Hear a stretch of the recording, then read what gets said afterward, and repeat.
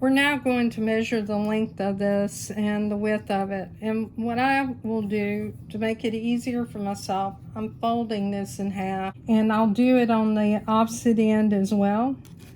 So I'll line everything up.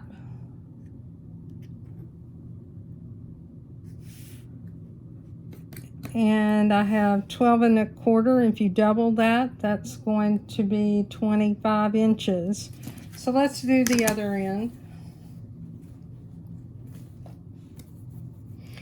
You'll want to write that down after you made your measurements, because if you're like me, you go do something else and you're going to forget what they are. We'll measure this side, and it's also 25.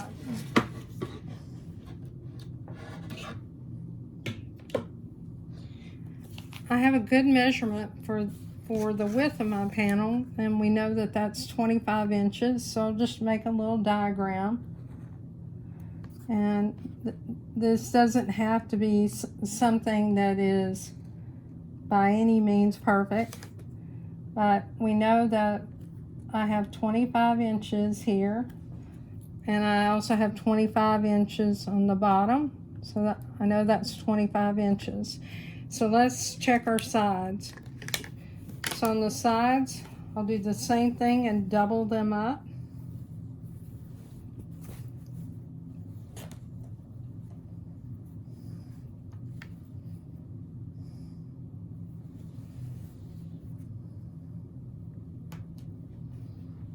Then I'll take a ruler and I'll measure the sides. Always measure twice to check it.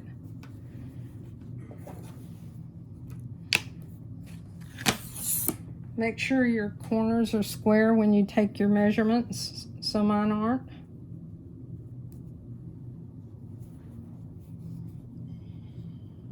So you can see what I'm doing to make sure that they're square. Now I have it square, so I'll take my ruler again and I'll take that measurement. And I've lined this up to the end of my fabric.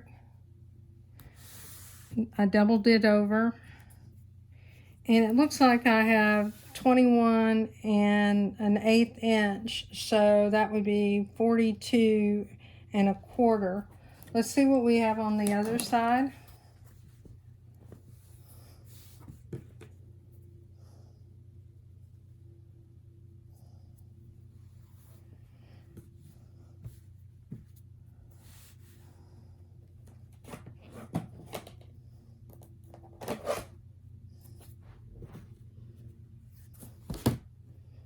So I'll double this up. Make sure that I have it straight. Place my ruler on it to weight it down on that corner.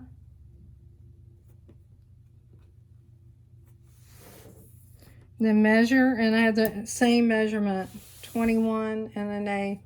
So that means that my measurement here is 42 1/4 inches.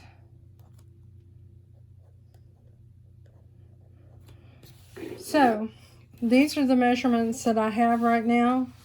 When you are creating a quilt and you're adding sashing strips, what you're going to have is you'll decide which way you want your sashing strips to go.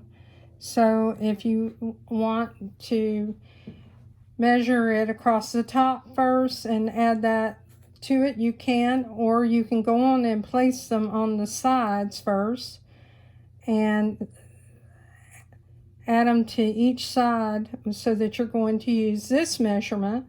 Then when you do that, depending on what size your sashing strip's going to be, you're going to then measure across from this point right here. I'll call this A, this B, C, and D.